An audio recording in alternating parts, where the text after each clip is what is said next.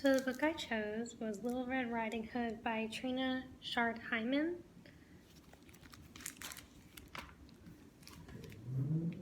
Once upon a time, there was a little girl named Elizabeth who lived with her mother in a house on the edge of a village. She was loved by all who knew her, but she was especially dear to her grandmother, who loved her more than anything in the world.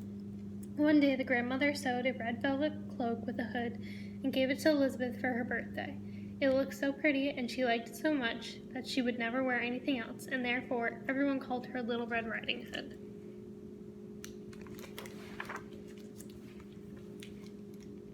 Early one morning, her mother said to her, "Come here, Red Riding Hood, and listen to me. I want you to take this loaf of fresh bread, some of this sweet butter, and a bottle of wine to your grandmother. She is sick in bed, and they will do her a world of good. Go right away before the sun gets too hot. Promise me that you won't daydream, and stray off the path, and don't run, or you will fall down the path and break the bottle, and there will be no wine for your grandmother. And when you get there, please don't forget your manners. Say good morning, please, and thank you nicely without starting round about you or sucking your finger. Don't stay too long, or else you will tire grandmother, and when you have had a nice visit, come straight home." "Yes, Mamma," said Little Red Riding Hood. "I promise I won't. I'll do just as you told me." Now her grandmother lived in a cottage in the middle of the forest, a good half-hour's walk from the village, but Little Red Riding Hood knew the way, so she was not afraid to go by herself. She had walked far enough into the woods to feel just a bit lonely. Who should she meet but a sly and hungry old wolf? She had no idea what a wicked animal he was, however, so she was not at all afraid of him. "Good morning, Red Riding Hood," he said. "Good morning, Wolf," she answered politely. "Where are you off to so early in the day, my dear?" he asked. "I'm going to grandmother. She is sick in bed, you know." "Is that so?" he murmured. "And what have you got in your basket?" "A loaf of bread, some sweet butter, and a bottle of wine. Mamma and I baked yesterday, so I'm taking a loaf to grandmother. It will do her a world of good." "Now isn't that nice? And where does your grandmother live, Little Red Riding Hood?" "Oh, it's a good 15 minutes farther into the woods, right next to the blackberry hedge, and there's a stream running by her garden." "Surely you know the place," said Red Riding Hood. The wolf thought to himself, "Aha, this tender little creature will be a plump morsel, a good dessert after the old woman. I must be clever about this so that I can make a good meal out of the two of them." He walked along with Red Riding Hood for a little while, making polite conversation. Then he said, "Just look at those beautiful wildflowers, Red Riding Hood. They are a sight even for my tired old eyes. For goodness sake, why don't you relax a bit and look at the world, and see how lovely it is?" "Why don't I believe you? Why, I don't believe you even hear the birds sing or enjoy the sunshine. You are just as solemn and well behaved as if you were going to school. Everything else is so gay and happy out here in the forest." Then Little Red Riding Hood looked away from the path, and when she saw the sunlight dancing through the trees and the wildflowers and butterflies scattered throughout the ferns, she thought, "I'm sure that grandmother would feel happier if I took her a bunch of flowers. They are a sight for tired old eyes, I know, and it is still quite early in the day. I'll have plenty of time to pick them." So she excused herself, said goodbye to the wolf, and wandered off among the trees to pick flowers. Each time she picked one, she always saw another, even prettier and farther away. So she left the path and went deeper and deeper into the forest. Meanwhile, the wicked wolf went straight off into grandmother's cottage and knocked softly on the door. "Who's there?" called the grandmother from her bed. "It's me, Little Red Riding Hood," said the wolf in a tiny voice. "I've brought you a loaf of bread, some sweet butter, and a bottle of wine. Let me in." "You'll have to lift the latch and let yourself in, dear," said the grandmother. "I'm feeling too weak to get out of bed." So the wolf lifted the latch and opened the door. He ran straight to the bed without even saying good morning. He ate up the poor old grandmother in one gulp. Then he put on a clean nightgown and shawl that were lying in a chair beside the bed, and got into bed and pulled the bed curtains closer together.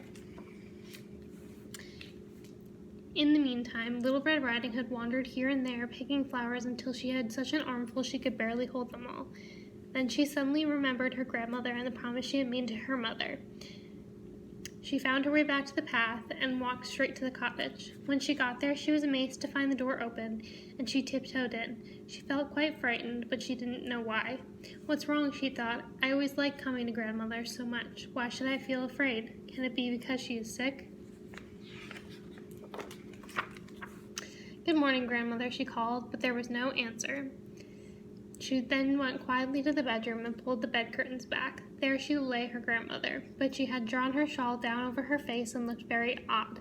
Red Riding Hood couldn't help but stare. "Grandmother, what big hairy ears you have grown," she said. The better to hear you with, my dear." "Oh, grandmother, your eyes are so shiny. The better to see you with, my dear."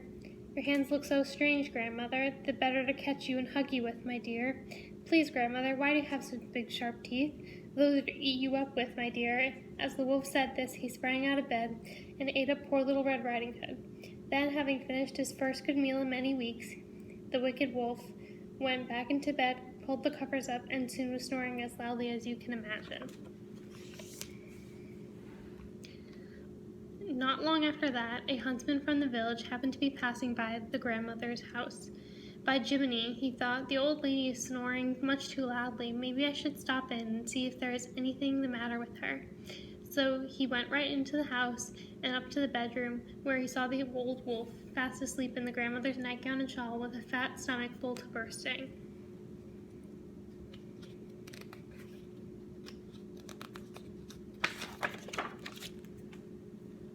Right away, the huntsman guessed what had happened.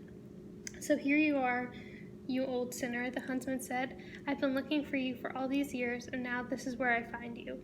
He raised his gun to shoot, but then he wondered if the wicked old wolf might have swallowed the grandmother whole, and if perhaps there was a chance that she might still be saved. So he took out his knife and quickly killed the wolf while he lay sleeping. Then he carefully cut open the wolf's stomach.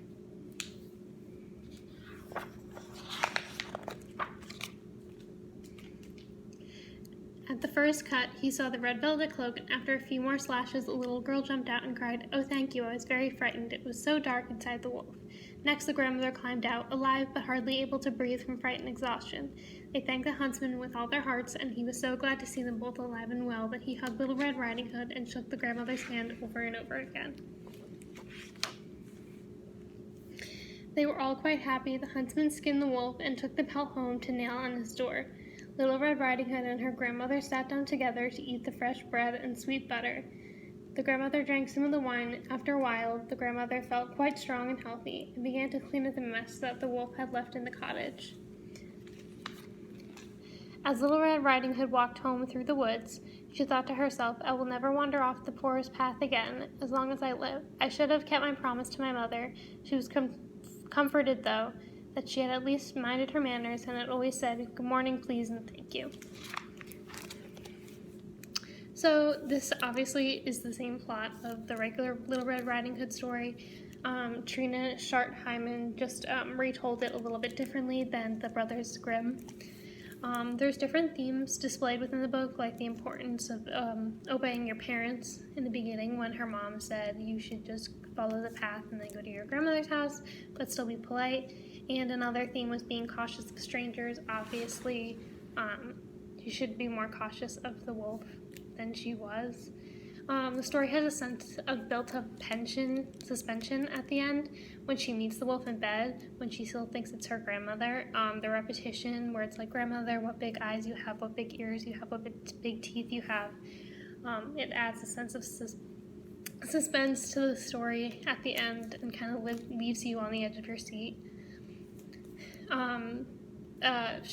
About the author, she was a famous picture book illustrator, and she illustrated over 150 books and also wrote about 5 of her own and illustrated them. Little Red Riding Hood, she took and just retold it in a slightly new way.